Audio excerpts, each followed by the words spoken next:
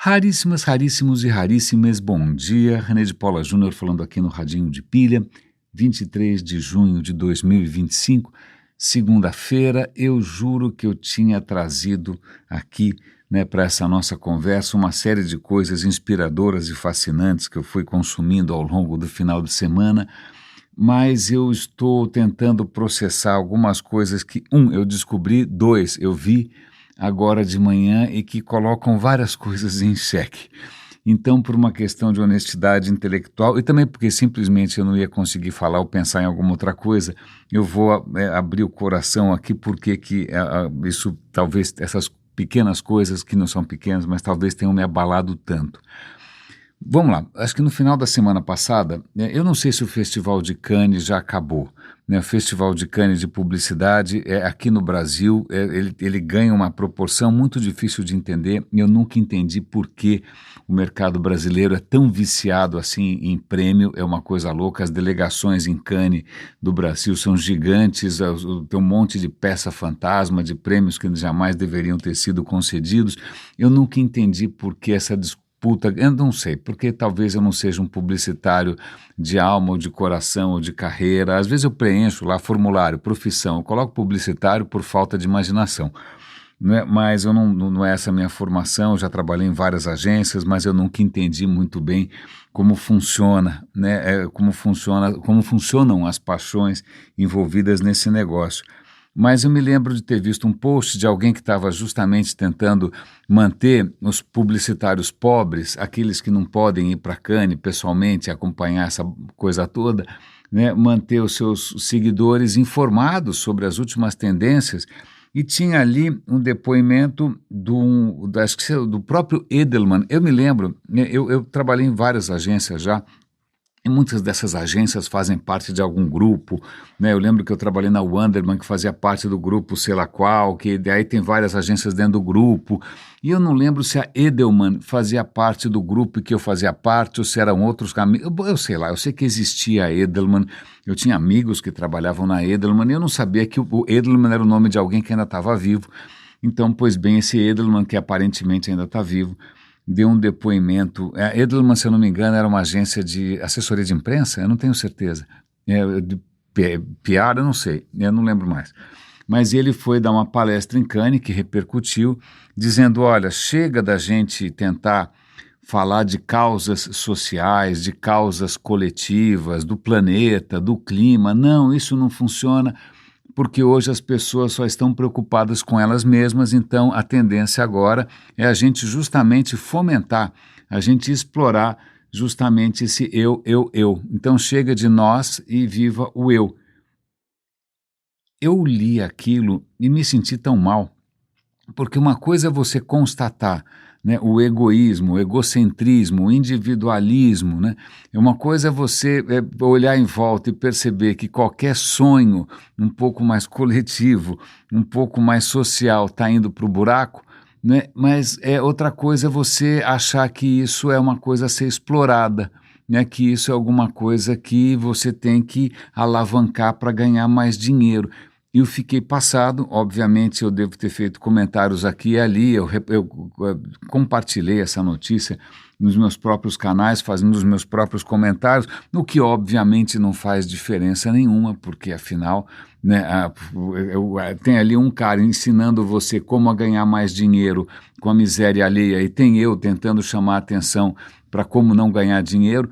Adivinha quem tem alguma chance, não é? Então, tá bom, essa era uma das coisas, falei, ok, Cannes, que lixo, que onde já se viu você achar, ouvir uma palestra dessa e não levantar a mão, não pedir o microfone, simplesmente expor o que está acontecendo ali, que é uma absoluta, imagina, uma absoluta crueldade com o destino da humanidade, mas tudo bem, Aí o que acontece é que agora de manhã eu estava lendo de novo algumas repercussões ali do Festival de Cannes e parece que alguém do YouTube foi ali dizer que, veja, agora não existem mais limites para a criatividade humana, porque afinal o Google lançou uma plataforma de criação, de inteligência artificial, de criação de vídeo chamada VO qualquer coisa 3, não sei, não testei, né? Então, graças a essa ferramenta agora, a criatividade humana não tinha limites. Eu acho que até algumas campanhas, eu não sei se inteligência artificial foi usada em Cannes, provavelmente sim,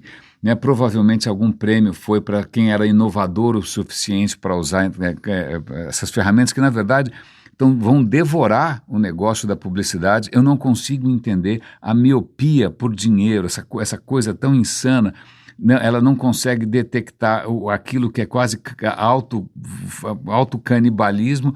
Desculpa, é bastante difícil processar essa história, né? Mas o cara do Google, do YouTube, estava ali dizendo que agora o Google ia ter um espaço cada vez maior para alguma coisa, e aí vem um termo que eu não conhecia, AI slop. Eu não sabia o que quer dizer slop em inglês, ainda mais a expressão AI slop, pelo visto já é uma expressão, pelo visto eu me distraí, pelo visto eu comi bola, pelo visto eu estou tentando aqui preservar um pouco a minha sanidade mental e acabei deixando de perceber alguma coisa nova. Pois bem, AI slop aparentemente é lixo cultural criado por AI, sejam imagenzinhas engraçadinhas, sejam vídeos engraçadinhos. Então, isso está virando um business e aí eu comecei a ficar um pouco chateado e por uma extrema coincidência, é lógico que não é coincidência, né? É simplesmente o fato de que existem pessoas antenadas nesse tipo de abuso, né? O último vídeo publicado do John Oliver, que é um programa da HBO, que eu acho super bem produzido, a gente já mencionou ele aqui muitas vezes, né? Ele tem um trabalho investigativo muito bom, né? Ele tem um humor um pouco histriônico, um pouco ruidoso, mas tudo bem, era sobre AI slop. Eu falei, bom, eu já não estava entendendo muito, agora vamos ver se eu consigo entender um pouco mais. E eu acho que é isso que está me movendo a fazer um episódio, estou fazendo um episódio para não jogar tudo para cima, porque a primeira vontade é jogar tudo para cima. Aí eu falo, não, vamos tentar transformar isso em alguma coisa um pouco mais construtiva, né? O que ele está chamando a atenção é para esse AI slop, que é o lixo criado por inteligência artificial, está virando um business, está virando um negócio. Aí você começa a entender por que essas plataformas, todas elas, Microsoft, Facebook, o grupo Meta, Google, estão ali disputando, né, para ver quem cria as ferramentas mais poderosas. Por quê? Porque pessoas estão usando essas ferramentas para construir conteúdos que viralizam. Então, ali nesse programa do John Oliver, ele mostra um videozinho estúpido, notoriamente artificial, né, de um gatinho, né? Imagina, o gatinho, já fizeram a internet quase afundar os vídeos de gatinho no YouTube. Agora não precisa nem de gato mais, os gatos perderam o emprego, porque você pode fazer, usando as ferramentas do Google, da Meta, ou seja o que for, né, você pode criar coisas extraordinárias e ganhar dinheiro com isso. Então, quando o Mark Zuckerberg vai lá no palco, ele mesmo mostrar as ferramentas da Meta para a criação de coisas hiperrealistas, e ele vai dizer que isso é para expandir a sua criatividade, ou quando o YouTube vai falar que estamos entrando numa nova era de criação, não. O que eles estão fazendo ali obviamente interesse próprio, é justamente divulgar maneiras que são muito baratas de produzir coisas que para eles vão ser muito lucrativas, entendeu? Se algum desses videozinhos falsos, desse lixo de AI, ele viraliza, são milhões de views. Milhões de views significa muito dinheiro, né? E o que o John Oliver mostra ali, e agora eu entendi essa história, que, por exemplo, o cara do vídeo do gatinho, que viralizou, fez milhões de views, não é? Ele está dando um curso que custa $17 sobre como fazer um vídeo de gatinho que viraliza e vai fazer você rico, porque você é pago por isso. As plataformas pagam, elas remuneram quem cria esse lixo. Então ele mostrou lá um outro cara que também tem um outro curso que custa $300, que ele vai mostrar como você pode fazer centenas de vídeos completamente falsos, completamente sintéticos e fazer um troco com isso, né? Que bom que raríssimos já não estão correndo aqui fazendo busca no Google sobre como fazer dinheiro com vídeos falsos porque raríssimos são raríssimos, eu tenho certeza que pessoas do mal não teriam nem clicado em qualquer coisa que eu sugeri aqui. Mas a questão vai mais além. Vai mais além porque isso não é só essa ganância horrorosa, essa completa falta de responsabilidade de quem cria essas ferramentas e solta aí pelo mundo. Acontece que isso tem efeitos reais, e agora eu vou introduzir aqui uma outra história que eu acabei de ver, a BBC deu uma notícia de 2 irmãos que vieram a público dizer, olha, a nossa irmã morreu por causa de desinformação, por causa de teorias da conspiração, porque a mãe deles ganha dinheiro promovendo um tratamento completamente delirante contra o câncer, dizendo que não faça quimioterapia, isso é um veneno, né? Eles estão querendo ganhar dinheiro com você, você tem que seguir a nossa terapia aqui. A filha dela morreu de câncer.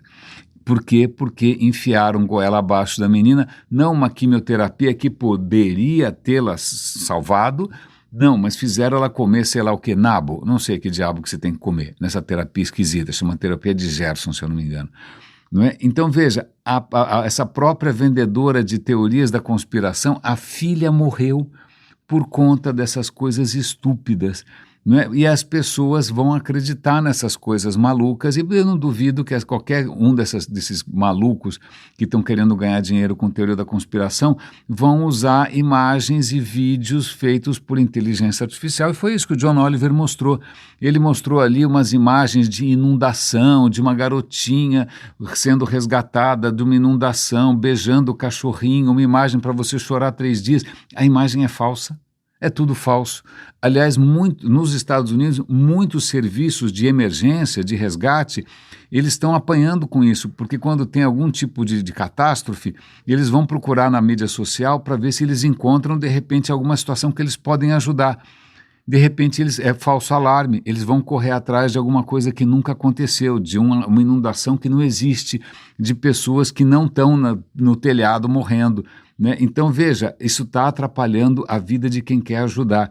E não só, isso está ajudando quem tem uma agenda maligna. Então, essa foto, essa imagem super tocante de uma garotinha ali sofrendo numa inundação, ela foi usada por um republicano para falar mal do Biden. Veja, essas catástrofes só acontecem por causa do Biden. E aí, quando veio à tona que essa imagem era completamente forjada, o cara falou, não faz mal, porque essa imagem simboliza mesmo assim. Como assim não faz mal? Ou seja, mesmo uma imagem sendo reconhecidamente falsa, o cara prefere acreditar. E eu acho isso especialmente alarmante porque recentemente eu tive uma experiência pessoal aqui, né, de alguém que me passou um vídeo que era completamente fake, né, o texto era fake, era tudo fake, as imagens eram fakes, era obviamente essas iscas para você clicar, assistir e ver comercial, era clickbait, era só uma armadilha. E eu apontei e falei, olha, desculpa, isso é tudo falso, a imagem de fundo é falsa, a narração é robótica, essas frases filosóficas são falsas, por favor, não, mas tem muita verdade ali. Então o que vai começar a acontecer, o que já está acontecendo, infelizmente, é que mesmo esses conteúdos que são cada vez mais convincentes, né, cada vez mais elaborados, cada vez mais realistas, eles são mais atraentes do que a verdade. Então, se você pode escolher, você vai escolher justamente aquilo que te convém. Né? E não só, outra questão que é muito perturbadora, é que não só as pessoas vão começar a engolir alegremente, né, ainda mais com o incentivo, né, das plataformas que só querem saber de vender anúncio, né, vão começar a consumir lixo da inteligência artificial, mas também elas vão acreditar cada vez menos em qualquer coisa que elas não concordem. Né? Eu comentei, faz alguns meses já, com vocês, que eu estava num grupo num grupo de WhatsApp, que infelizmente tomou um rumo bastante tóxico. Algumas pessoas ali um pouco mais radicais acabaram desnaturando, né, o que antes era só um grupo de amigos, virou uma plataforma, né, de desinformação, etc. Tinha uma questão polêmica, mas toda vez que eu ia falar alguma coisa, iam dizer que eu era de esquerda, que eu não sou. E eu falei, bom, eu já sei, eu vou pegar esse tema aqui, e eu vou perguntar para o ChatGPT, e eu vou colocar ali para o chat, vou colocar para eles a resposta do ChatGPT, E eu não tenho, né? Porque ChatGPT, adivinha qual foi a reação? Não, não, não, eu não confio no ChatGPT porque ele é de esquerda. Ele foi alimentado com fake news. Aí você fala, uau, então, desculpa, acabou. Né? Se você está num mundo em que você tenta criar algum tipo de, né, de fonte que é sobre-humana em termos de capacidade, de memória, de conhecimento de tudo, e ela não é confiável, o que você pode fazer? Isso faz meses, talvez algum raríssimo aqui se lembre disso, dessa minha indignação. Mas o que está acontecendo é que agora o Bolsonaro pode alegar que aquela uma imagem XYZ é fake news, ele pode dizer que uma gravação é inteligência artificial, ele pode dizer que uma imagem foi manipulada, os bolsonaristas vão dizer que as estatísticas são falsas. Então você veja a quem interessa essa completa ruína daquilo que a gente poderia chamar de, sei lá, um território comum de certezas, né? A quem interessa? Só a gente ruim. E aí isso, infelizmente, é turbinado pelas plataformas, primeiro, que disponibilizam essas ferramentas de graça, ferramentas que têm ali um custo surreal. Você fala, por que eu estou podendo usar de graça uma ferramenta que deveria custar uma fortuna? Porque tem interesses nisso. Né? O interesse não é expandir a criatividade humana, claro que não. O interesse é justamente a gente ser naufragado em lixo, né? A gente ser absolutamente um tsunami, já está acontecendo isso. E aqui o radinho, para mim, acaba sendo, é meio patético, é meio quixotesco, mas é um espaço de resistência, porque eu estou falando aqui sem inteligência artificial nenhuma, estou falando com a minha burrice natural, né? Não tem nenhum truque, não tem absolutamente nada, é tudo absolutamente orgânico, né? O radinho só vai onde os raríssimos levam, né? Não tem dinheiro de mídia, não tem interesse financeiro, não tem nada. Né? Então, estou aqui, lá, eu me sentindo completamente quixotesco, me sentindo completamente ridículo, né? Num mundo onde as forças em jogo são colossais, não só porque elas têm muito recurso, né? Não só porque elas estão descobrindo como ser irresistíveis, né? Como também essas próprias ferramentas, elas estão ultrapassando a nossa capacidade de reação, ultrapassando a nossa capacidade de discernimento. Né? É muito difícil eu conseguir ter algum tipo de mensagem positiva aqui, né? A não ser, porque o que a gente vai fazer? O que você pode fazer? Quem disse que a gente consegue resistir? Né? Quem disse que a gente consegue minimamente virar o jogo? É bastante complicada essa história, mas o que fica aqui é o meu profundo, mil perdões, uma tosse inconveniente aqui. O que fica aqui é o meu profundo repúdio por quem acha que dinheiro não tem cheiro, né? Por quem acha que fazer um troco com teoria da conspiração, ou com fake news, ou com vídeo falso, esse dinheiro é um dinheiro que é limpo, ele tem gosto de sangue, ele tem gosto de dor, ele tem gosto de morte. A morte dessa moça que morreu porque a mãe queria ganhar um troco com desinformação. Né? A morte não só a morte, a eleição do Trump. Como é que vocês imaginam que o Bolsonaro e o Trump teriam sido eleitos se não fossem as plataformas, né, ganhando dinheiro, alavancando a polarização, né, relaxando as regras do que é verdade, do que é mentira, relaxando as regras propositalmente daquilo que é tóxico, daquilo que não é?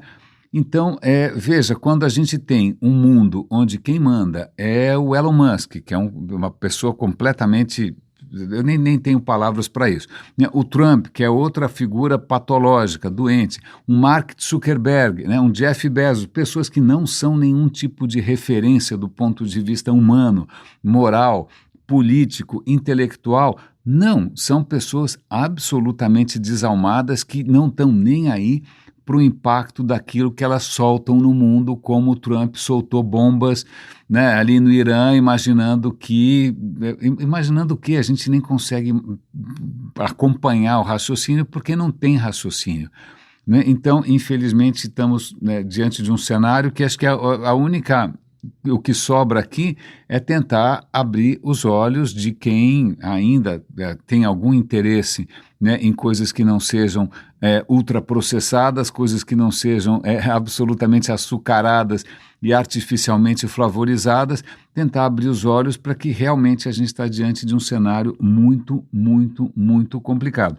Perdoe-me pelo episódio, que não é um episódio necessariamente inspirador, não é um episódio sobre a beleza, a força da natureza, ou da evolução, ou da ciência.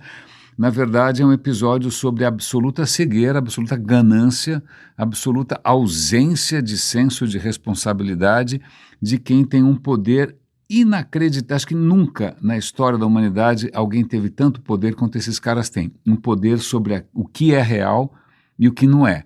Né, um poder sobre o que é que as pessoas efetivamente vão acreditar e não vão. Né? É muito poder nas mãos de gente sem responsabilidade. Eu prometo que amanhã a gente volta com assuntos um pouco mais, não sei, um pouco mais reais. Cuidem-se, por favor. Um grande abraço e até amanhã.